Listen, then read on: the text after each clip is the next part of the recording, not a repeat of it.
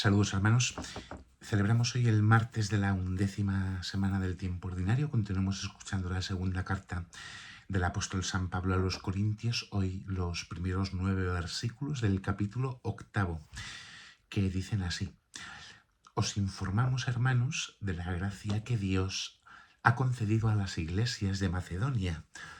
En las pruebas y en las tribulaciones ha crecido su alegría, y su pobreza extrema se ha desbordado en tesoros de generosidad, puesto que según sus posibilidades, os lo aseguro, e incluso por encima de sus posibilidades, con toda espontaneidad, nos pedían insistentemente la gracia de poder participar en la colecta en favor de los santos.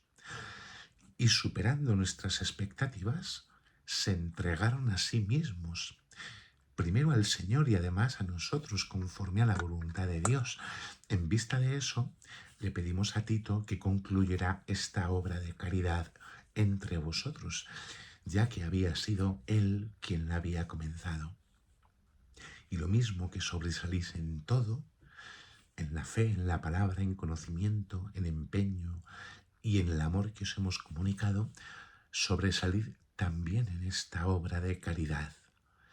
No os lo digo como un mandato, sino que deseo comprobar mediante el interés por los demás la sinceridad de vuestro amor, pues conocéis la gracia de nuestro Señor Jesucristo, el cual siendo rico se hizo pobre por vosotros, para enriqueceros con su pobreza. Hasta aquí escuchamos hoy al apóstol, una lectura bellísima que nos viene a hablar de las gracias que Dios es capaz de conceder, porque no son gracias fruto de nuestro esfuerzo humano, sino que son gracias que Dios concede cuando uno se quiere tomar en serio la fe, la palabra de Dios, conocer la voluntad de Dios, tener empeño y amor que se le ha comunicado de parte de Dios para poder vivirlo. Esto le decía San Pablo a su comunidad: sobresalís en todo, en la fe, en la palabra, en el conocimiento, en el empeño, en el amor que os hemos comunicado. Esto no es fruto de la improvisación, sino que es algo que un corazón va trabajando poco a poco.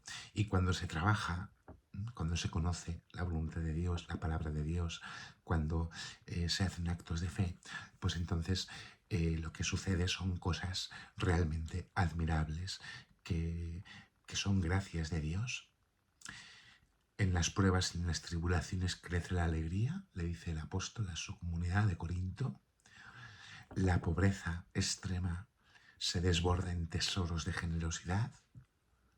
Y por este ejemplo de una colecta que se hace en favor de los santos son los cristianos que han recibido el Espíritu Santo, porque en los primeros siglos no había santos canonizados, sino que los santos eran los cristianos que habían recibido el Espíritu Santo. Entonces se hace una colecta en favor de los santos, se invita a participar en las distintas comunidades, y entonces San Pablo les reconoce esto, que según sus posibilidades, incluso por encima de las mismas, con toda espontaneidad, pedían insistentemente participar en esa colecta. Y entonces, ¿qué sucede? Pues que uno no da simplemente una limosna, sino que uno se entrega a sí mismo.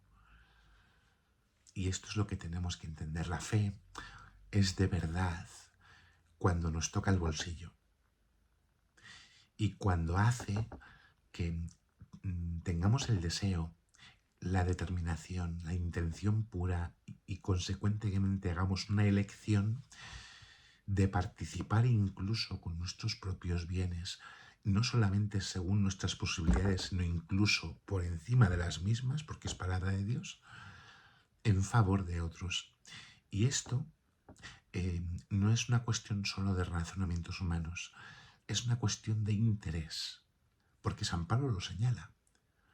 No os digo esto como un mandato. Cuando les dice sobresalid en esta obra de caridad, no os lo digo como un mandato, sino que deseo comprobar, mediante el interés por los demás, la sinceridad de vuestro amor. nosotros estamos llamados a vivir con un amor sincero. Y esto se pone de manifiesto cuando realmente hay un interés por los otros. Y el ejemplo es Cristo, que como dice el apóstol, siendo rico se hizo pobre para enriquecernos con su pobreza. Nosotros también podemos enriquecer a nuestros hermanos. Que Dios os bendiga en el nombre del Padre, del Hijo y del Espíritu Santo. Amén.